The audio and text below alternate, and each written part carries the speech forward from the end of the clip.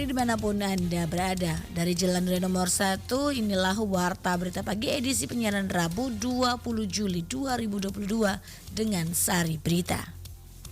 27% milenial di Manggarai Raya alami peningkatan kesehatan mental selama pandemi COVID-19.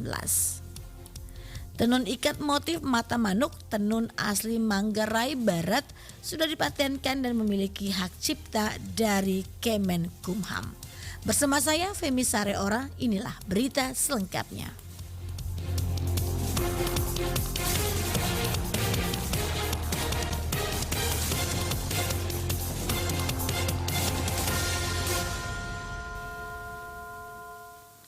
Selama pandemi COVID-19, remaja di Manggarai Raya yang tergolong milenial dan generasi Z mengalami peningkatan kesehatan mental mencapai 27%. Selengkapnya dilaporkan Lady Badin.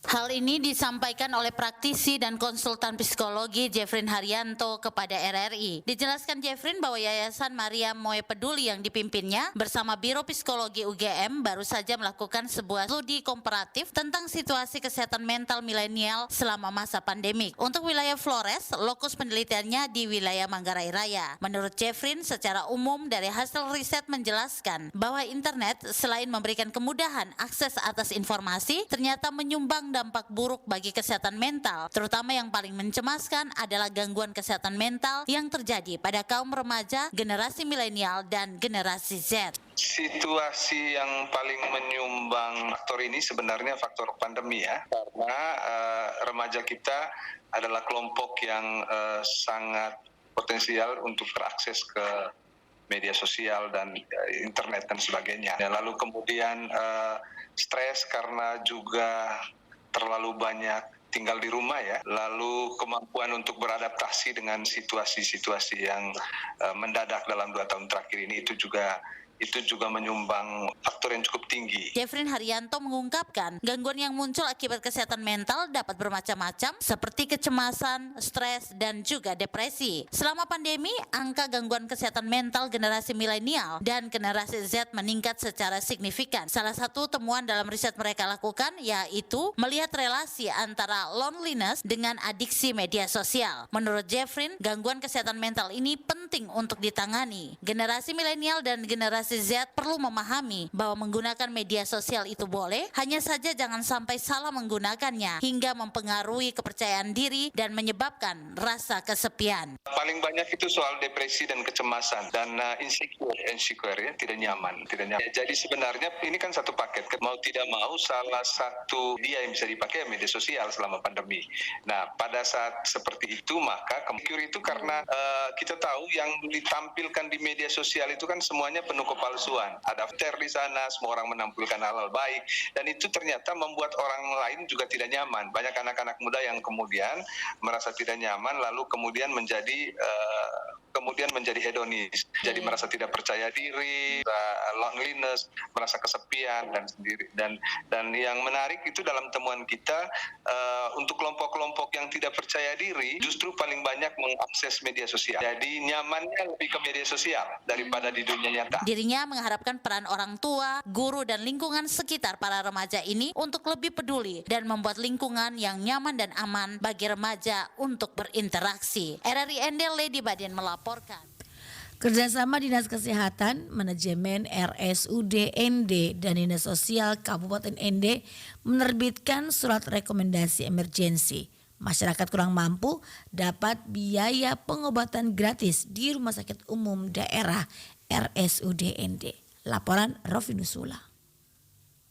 Kerjasama Dinas Sosial Kabupaten Ende bersama Dinas Kesehatan dan Manajemen Rumah Sakit Umum Daerah Ende menerbitkan surat rekomendasi emergensi masyarakat kurang mampu dapat biaya pengobatan gratis di Rumah Sakit Umum Daerah Ende. Kepala Dinas Sosial Kabupaten Ende Oktavianus Rua Putra kepada RRI mengatakan setiap tahun pemerintah daerah Kabupaten Ende mengalokasikan anggaran bagi masyarakat kurang mampu untuk biaya rumah sakit melalui penerbitan Kartu Indonesia Sehat APBD 2 yang sebelumnya Kartu Jamkesda. Oktavianus menjelaskan Untuk merealisasikan Kartu Indonesia Sehat KIS APBD 2, pemerintah daerah melalui Dinas Sosial, Rumah Sakit Umum Daerah Ende dan Dinas Kesehatan kerjasama BPJS Cabang Ende melakukan MOU dalam bidang kesehatan. Oktavianus mengatakan, ketika ada masyarakat kurang mampu mengalami sakit dan rawat di Rumah Sakit Umum Daerah Ende tidak mampu membayar, masyarakat bisa datang ke Dinas Sosial untuk mengurus surat rekomendasi emergensi, selanjutnya untuk diproses penerbitan Kartu Indonesia Sehat KIS APBD 2. Kemudian disampaikan ke BPJS, selanjutnya BPJS bisa klaim di RSUD Ende dan pasien kurang mampu mengantongi surat resmi dari BPJS, maka pasien tersebut bisa pulang karena semua biaya ditanggung oleh pemerintah.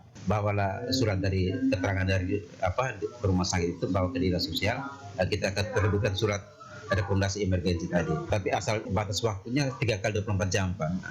Jadi selama 3 kali 24 jam itu mereka melapor ke Dinas Sosial. Kalau lebih dari itu, ya mereka akan menanggung biaya sendiri karena itu sudah tertuang dalam MOU antara Pemda dengan BPJS. Lanjut Oktavianus, rekomendasi emergensi berlaku untuk semua termasuk pasien yang tidak masuk dalam DTKS Dinas Sosial tetap melayani selama ada surat resmi atau surat keterangan dari pihak rumah sakit dengan syarat keluarga yang mengurus surat rekomendasi emergensi tersebut dalam waktu 3 kali 24 jam. RRI Ende Rufinus pula melaporkan.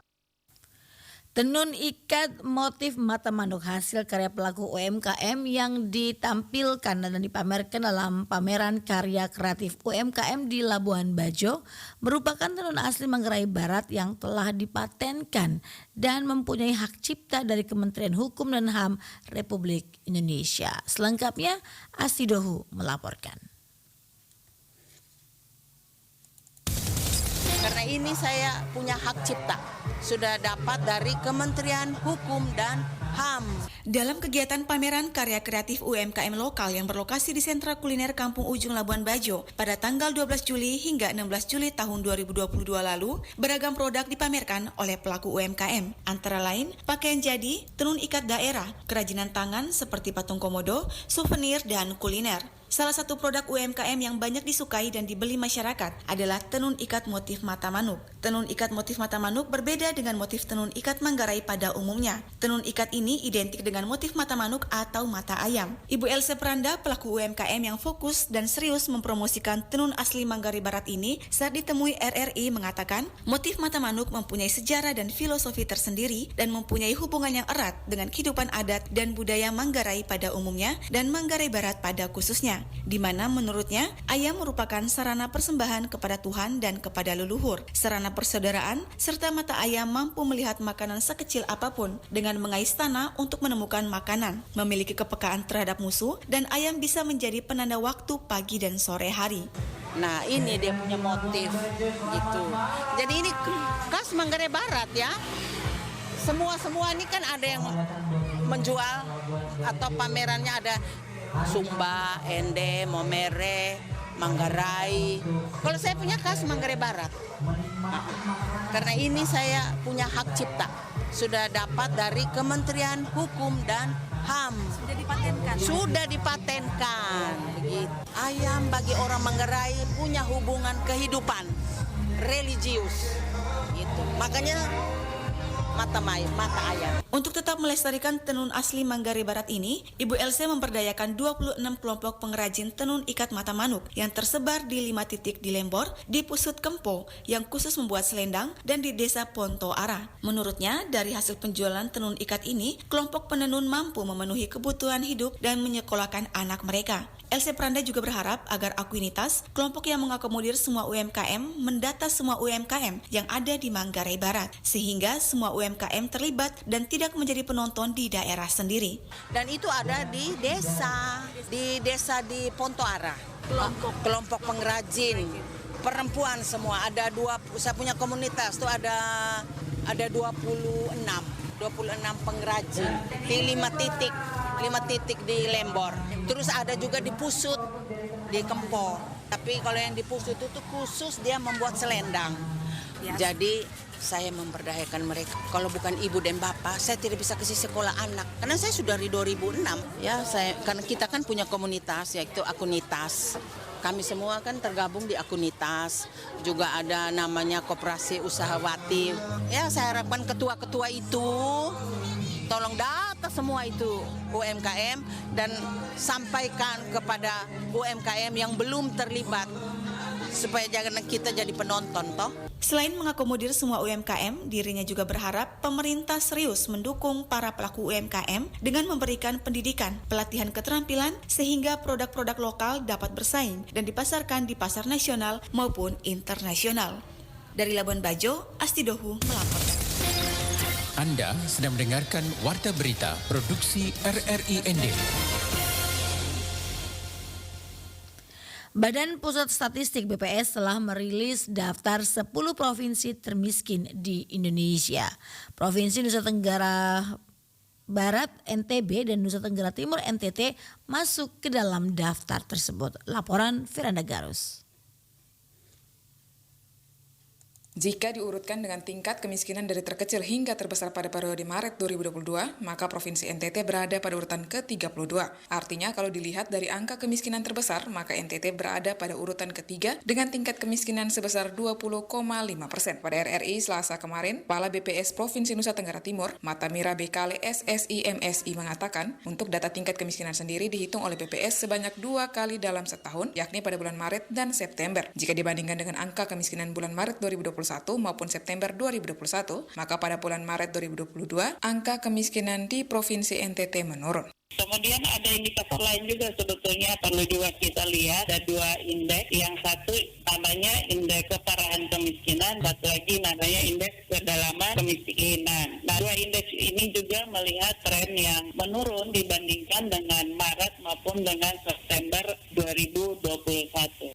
Matamira Kale menambahkan tingkat kemiskinan yang diukur oleh Badan Pusat Statistik dilihat dari tingkat ekonomi dari masyarakat untuk memenuhi kebutuhan dasar. Untuk wilayah NTT sendiri dilihat berdasarkan struktur ekonomi paling banyak berasal dari sektor pertanian. Tenaga kerja di sektor tersebut cukup tinggi, tetapi nilai tambah yang dihasilkan cukup rendah, sehingga nilai tambah per kapita upah sektor pertanian sangat kecil. Sehingga memang kenapa sektor pertanian ini produktivitasnya belum cukup baik, ya kita tahu sendiri kan alam kita seperti apa. Kita membandingkan misalnya di daerah di Pulau Flores dan Pulau Timur itu cukup jauh berbeda ya. Kalau di Flores itu jauh lebih subur, sedangkan di Pulau Timur sini jauhnya dia kurang tidak sesubur di Flores. Bisa kita lihat bagaimana tingkat kemiskinan di Pulau Timur itu cenderung lebih tinggi dibanding tingkat kemiskinan di Pulau Flores. Jadi menurut saya salah satunya adalah karena memang daya dukung alam untuk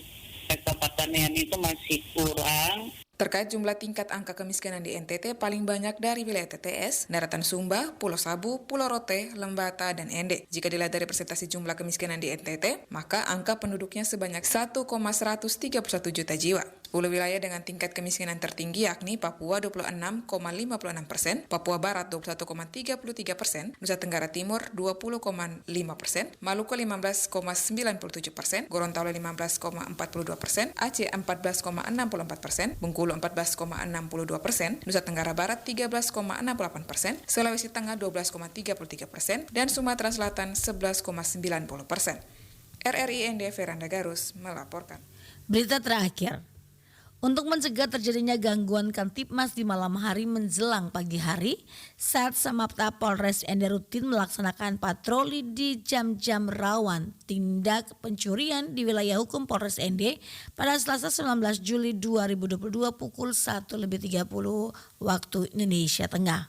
Kegiatan patroli Sat Samapta Polres Ende dalam mencegah terjadinya tindak pidana pencurian di wilayah Kabupaten Ende ini dipimpin oleh KBO Samapta Aibda Sadiunte Lamo Esos bersama 6 orang personil Sat Samapta dengan rute Jalan Pahlawan, Jalan Wirajaya, Jalan Anggrek Kompleks BTN Mauta Paga Permai, Jalan Durian, Jalan Melati, Kompleks Perumnas, Lorong Kalimati, Jalan Ahmad Yani, Jalan Pekuburan, Jalan Gajah Mada, Jalan Pasar, Kompleks Pasar Bengawani, Jalan Soekarno, Jalan Bakti, Jalan Mahoni, Jalan Perwira, dan Jalan Pahlawan masuk Mako Polres.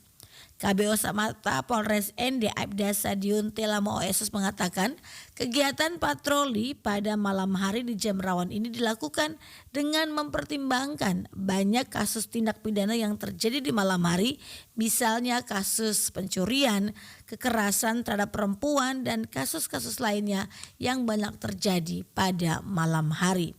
Dengan keberadaan patroli di malam hari diharapkan bisa menjadi jaminan keamanan dan menghilangkan rasa khawatir bagi masyarakat yang sedang beraktivitas di malam hari maupun yang sedang beristirahat. Petugas patroli juga menyempatkan melakukan sambang dengan pemuda yang nongkrong di pinggir jalan dan menghimbau untuk tetap menjaga sit Kamtipmas dan menghimbau agar kembali ke rumah masing-masing, serta sambang dengan para pedagang dan menghimbau mereka di Pasar Wala-Wala dan Pasar Mongawani untuk selalu waspada dan juga selalu menjaga barang-barang milik pribadi berupa dompet dan juga handphone, termasuk dengan barang-barang dagangan lainnya. Sekian Warta Berita Pagi hari ini, mewakili kerabat kerja yang bertugas, saya Femi Sareora, selamat pagi.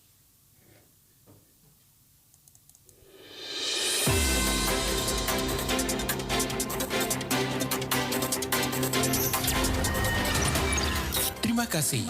Anda telah mendengarkan Warta Berita Produksi RRI ND.